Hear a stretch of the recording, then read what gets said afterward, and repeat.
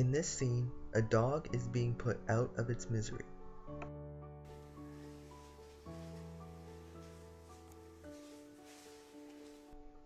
In this scene, a patient is being taken off life support. I think it's time to let her go. You sure? Yeah. Okay.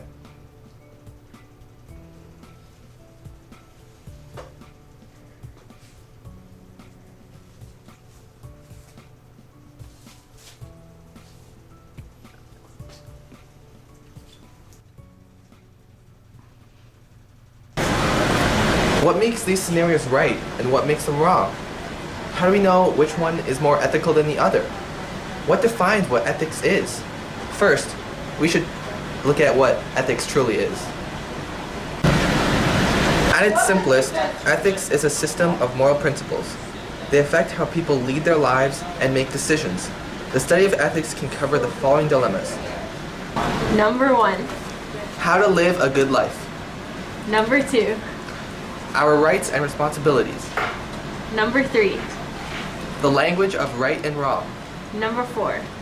And what is good and what is bad. There are many different ways to approach ethics, those being Meta-ethics, which deals with the nature of the moral judgment. Normative ethics, which is concerned with the content of moral judgments and the criteria for what is right and wrong. applied ethics, which deals with controversial topics such as war, animal rights, and capital punishment. Therefore, we'll be taking the ideas from the scenes above to look deeper into the ethical considerations of physician-assisted suicide. We will focus on the way of knowing of ethics, along with both reason and emotion to come to a final conclusion. Should physician-assisted suicide be legalized? Physician-assisted suicide is a very large, debatable topic around the world today. It is usually defined as a suicide committed by someone with assistance from another person or persons with assistance from a doctor, typically in regard when people are suffering. Physician-assisted suicide is when a doctor prescribes lethal drugs which a patient takes in order to kill himself. It is illegal in Canada, but it's actually legal in some parts of the United States, such as Oregon and Washington. Physician-assisted suicide should not be confused with euthanasia, which is when the doctor injects the lethal drug for the patient. Imagine this real-world example. Paul Chamberlain is a male from the United Kingdom with motor neuron disease. This disease gives him the inability to move as his body and muscles begin to wear away slowly. However, his brain still has the function and ability of a 25-year-old healthy male. He is on a respirator for 10 to 12 hours a day and cannot even go to the bathroom by himself. As of now, there is no known cure for motor neuron disease, meaning that he is slowly dying each and every day.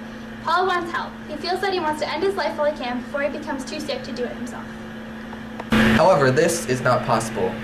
Unfortunately, physician-assisted suicide is illegal in Great Britain. Should he be able to get the help he needs from his doctor?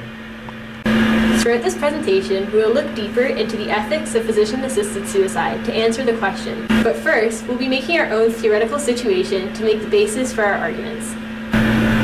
George is a 41-year-old terminally ill patient residing in Seattle Grace Mercy West Hospital. He is in constant physical pain and will most likely remain in the hospital for the rest of his life. We'll be looking at greater detail at George's case as to identify if he will be able to use physician-assisted suicide to end his life painlessly. This will allow us to evaluate Paul Chamberlain's case too.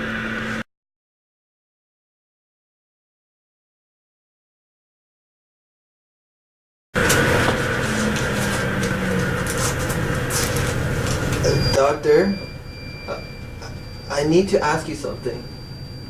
I want you to help me end my life. I'm tired of living like this, of living in constant pain. I just want it to end.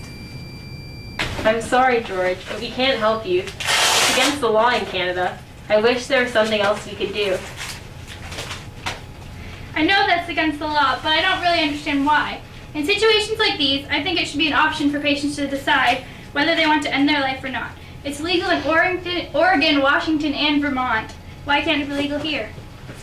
The idea of physician-assisted suicide is an extremely large, debatable topic around the world today, creating lots of different perspectives. However, one of the main knowledge issues to consider is What are the implications of legalizing physician-assisted suicide?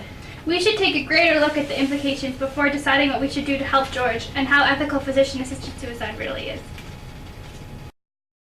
Physician-assisted suicide is a suicide committed by someone with assistance from another person or persons, typically in regard to people suffering from a severe physical illness.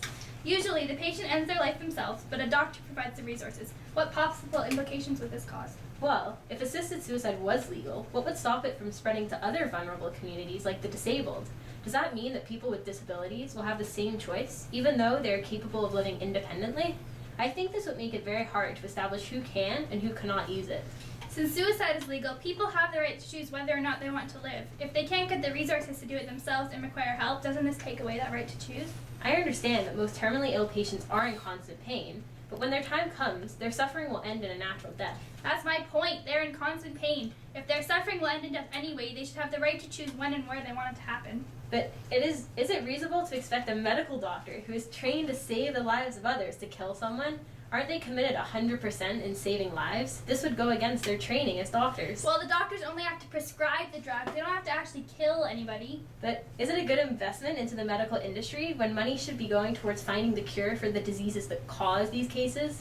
But people should still have the ability to choose. Isn't this what we do for dogs when they're terminally ill? Well, if we bring animals into the idea of physician-assisted suicide, it is necessary to look deeper into the other knowledge issue. To what extent can we apply the same ethical considerations to humans as we do to animals? Animals can't freely communicate their feelings, so we can decide to do what is best for them. Exactly. Since a human can communicate, if they decide that they want to end their life, they should be given the opportunity. Maybe we should discuss this further with our patient. Okay. Doctor, I found someone who's in the same situation as me. His name is Paul Chamberlain. He lives in the UK, and even though it's illegal there, he was able to get drugs to kill himself. So, why can't I? See, that's a good real-world example to evaluate. His disease wears away at his muscles until he cannot move by himself. Yet his brain is still fully active. He says that he had a good life, but now he's planning for death. I feel the same way about my situation. What are the laws preventing this action in the United Kingdom? Well, there's a parliamentary bill in the UK from Lord something or another which would allow doctors in the UK to help people with terminal illnesses to die. But even if it gets passed, it still faces the great hurdle of the Commons and all the other government stuff that I don't understand. And it'll be too late for Chamberlain still. So, if we pass a similar law here, there could be many positive outcomes. For example, giving people freedom to choose whether or not they want to live, allowing people to end unnecessary suffering for the patient, and it does not inflict harm on others. However, it could inflict psychological and emotional harm on the doctors who have to give the patient the resources and create even bigger problems throughout the world, such as opening up to people who are not terminally ill. Yes, but in places where it is legal, there's been no evidence of abuse. Paul Chamberlain teamed up with a campaigning group called Dignity in Dying. They're trying to help set up a country where physician-assisted suicide can be illegal. That's great. But how does someone's emotions inhibit their ability to come to a rational conclusion on assisted suicide? Well, the person should have the freedom to choose, like I said before. But what if they decide one day they want to pursue physician-assisted suicide, and then the next day they do not want to? How could we decide whether the person is able to rationally decide for themselves? The decision should be made independent of outside parties, such as doctors or family members influencing the decision. It should be 100% of the patient's wishes and choice. But couldn't emotion have an effect on the ability to decide? Emotions do play a large role in the overall comprehension of knowledge. That's true. Well, in order to acknowledge physician-assisted suicide in the world, the effects of motion should be minimized. How could this be established? Well, the patient should be in a physical state, such as Paul Chamberlain, where he can decide independent of other people's wishes. In this case, he would be able to make a decision putting emotions aside. But this still doesn't solve our knowledge issue. To what extent can we apply the same ethical considerations to humans as we do to animals? Maybe we should travel to the vet to see what he has to say about it.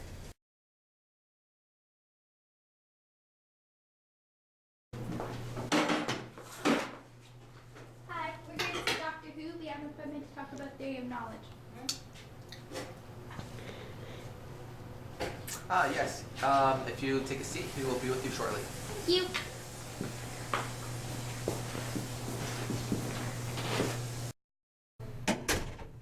So, I know we have differing opinions on this, but let's try not to get into such a big debate, okay? Fine. Dr. Bruton and Madavi? That's us. Welcome. So how can I help you this fine day?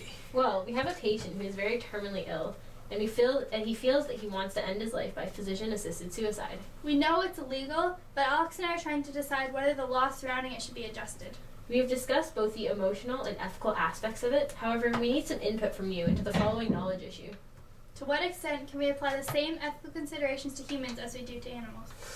Wow, that is a very profound question to be asking, and one that I myself have asked myself many times here at the clinic.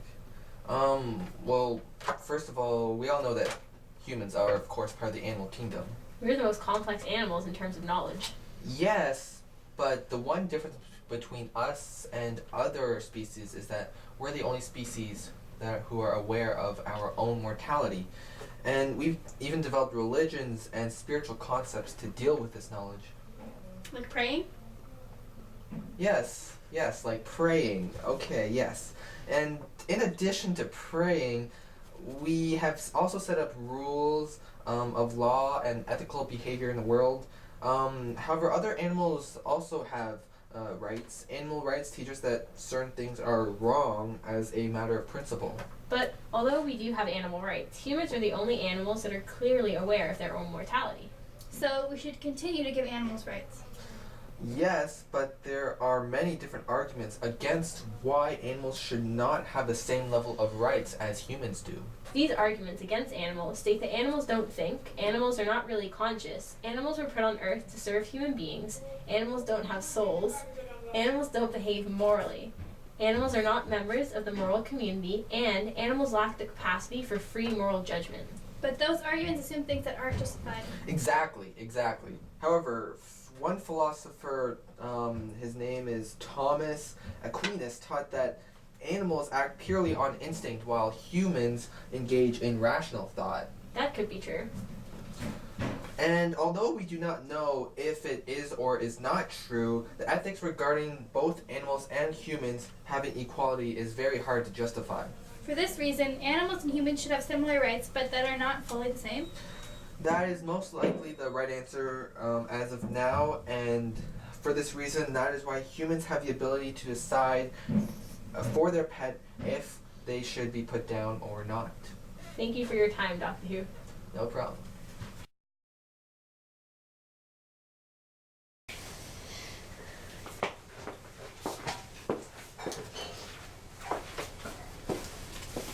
So, what's going on?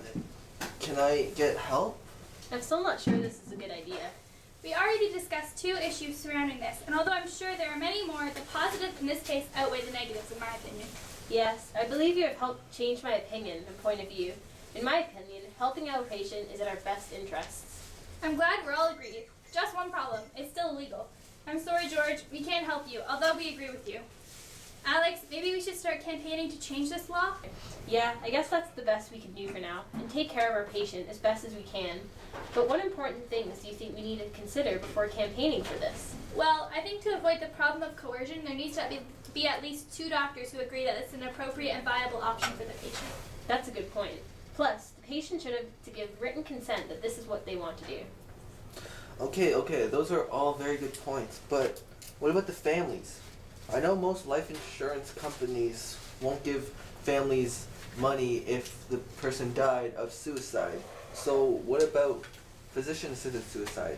Will those families get money? Those are good issues to bring up. But we are doctors, not insurance brokers. Maybe we can find other people to help us campaign. But right now, we need to focus on taking care of our patients.